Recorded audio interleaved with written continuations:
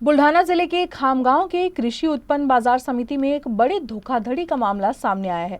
यहां तुअर की बिक्री के दौरान एक आढ़तिया ने माप में धोखाधड़ी की और क्विंटल के हिसाब से 6 से 7 किलो अतिरिक्त तुअर लिया। इस पर किसान ने नाराजगी जताई है। किसान बाबूराव इंगले तुअर का 40 क्विंटल माल बाजार समिति में बिक्री के लिए लाए थे और जब माप की प्रक्रिया चल रही थी तब उन्होंने देखा कि आढ़तिया माप करते समय तराजू में अतिरिक्त माल जोड़ रहा था। इस पर किसान ने आक्रोश जताया और बाजार समिति में मौजूद अन्य किसानों को भी इस धोखाधड़ी के बारे में बताया। किसानों के विरोध के बाद शहर पुलिस को बुलाया गया। इसके बाद खामगांव बाजार समिति के अध्यक्ष सुभाष पेसोड़े ने मामले की गंभीरता को समझते हुए संबंधित आढ़तिया का लाइसेंस निलंबित करने के आदेश दिए हैं। बाबूराव आबानिंगळे राहणार मावळगी पोस्टवाडी तालुका नांदुरा।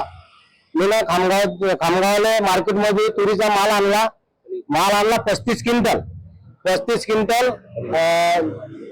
ते मापारी वाचं नाव काय तर त्या जो काटा गेला त्या काट्यामध्ये 8.5 ते 7.5 किलोचा फॉल्ट पडला। मी तो काटा पकडला आणि ते माप रद्द केलं आणि वरती मी कंप्लीट केली की बा असा माल जास्त शिल्लक घेऊन राहिले तर जायचे असे परमिशन असतील त्यांना रद्द करावे। कारण की मला जर असं घडलं तर असं प्रत्येक जनतेला घडायला नको पाहिजे आणि मी यशी कंप्लीट करून शाने माझ्या जीवाला काही धोका झाला नाही पाहिजे। वाली बाळुंगीचे शेतकरी होते, त्यांनी तूर आणलेली होती निमकर्डे यांच्या आउटमध्ये। तर त्याची हराशी वगैरे झाल्यानंतर जेव्हा काट्यावर म्हणजे माप लागलं तर वजनामध्ये त्यांना शंका आली। 2-3 पोते मोजल्यानंतर त्यांना शंका आली वजनामध्ये काहीतरी फरक आढळतो। तर त्यांनी एक पोतं पुन्हा मोजायला लावलं तर एक पोतं मोजल्यानंतर त्या पोत्यामध्ये जवळपास 7 ते 8 किलोचा फरक आढळला। तर तो फरक आढळल्यामुळे त्यांनी पुन्हा त्यांचे दुसरे पोते मोजायला लावले तर त्या दोन्ही पोत्यामध्ये 2-3 पोत्यामध्ये तो फरक आढळलेला होता।